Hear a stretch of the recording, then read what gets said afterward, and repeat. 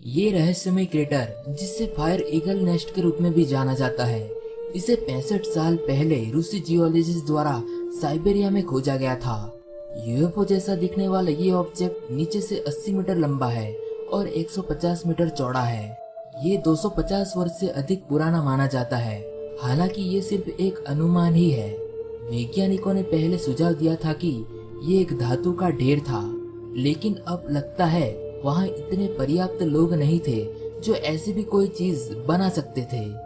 वैज्ञानिकों ने ये विचार रखा है कि ये ऑब्जेक्ट वोल्केनो द्वारा बनाया जा सकता है, लेकिन वहाँ आसपास तो ऐसा कोई भी वोल्केनो नहीं मिला है, तो आखिर ये चीज बनी कैसे होगी। कुछ वैज्ञानिक कहते हैं कि यह आसमान से गिरे एक उल्कापिंड द्वारा बनाया गया होगा, लेकिन वहाँ आसपास उल्कापिंडों के टुकड़ों का कोई भी प्रमाण नहीं मिला है।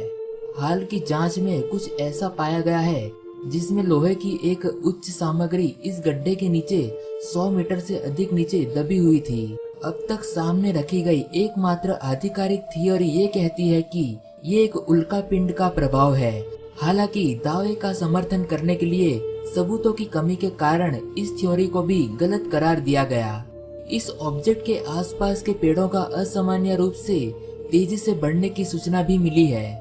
पास की एक नदी के नाम पर इस क्रेटर का नाम पेटम्स्की रखा गया था।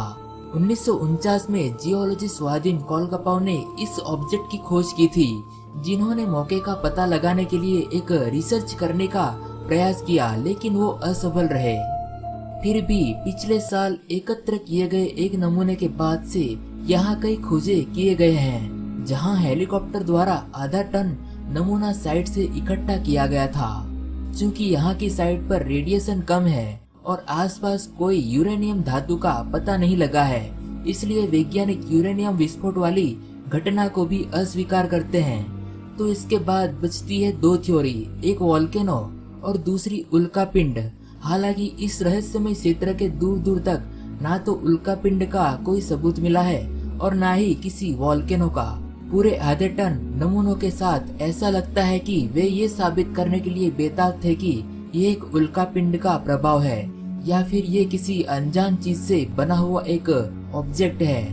क्या ये संभवतः एक एलियन यूएफओ हो सकता है, जिसमें फिर से उड़ान भरने के प्रयास करते समय यहाँ अजीब तरीके से दफन हो गए हो।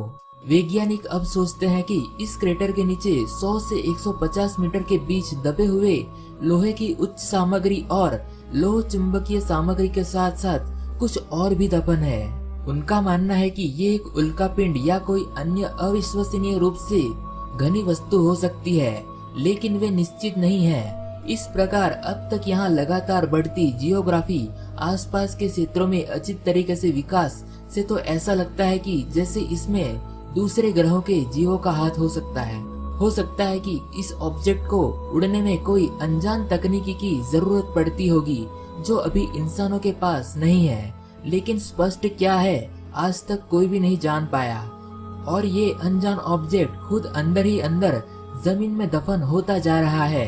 इस ठंडी और वीरान जगह में जरूर कुछ तो अजीब छिपा है जो हमें अभी तक दिखाई नहीं दिया। साइबेरिया के जंगल में एक अनजान ऑब्जेक्ट जमीन में दबा हुआ पाया जाता है, जहां आसपास दूर दूर तक कोई इंसान नहीं रहता। ऐसे वीरान जंगल में ऐसी चीज का मिलना ये कोई आम बात नहीं है।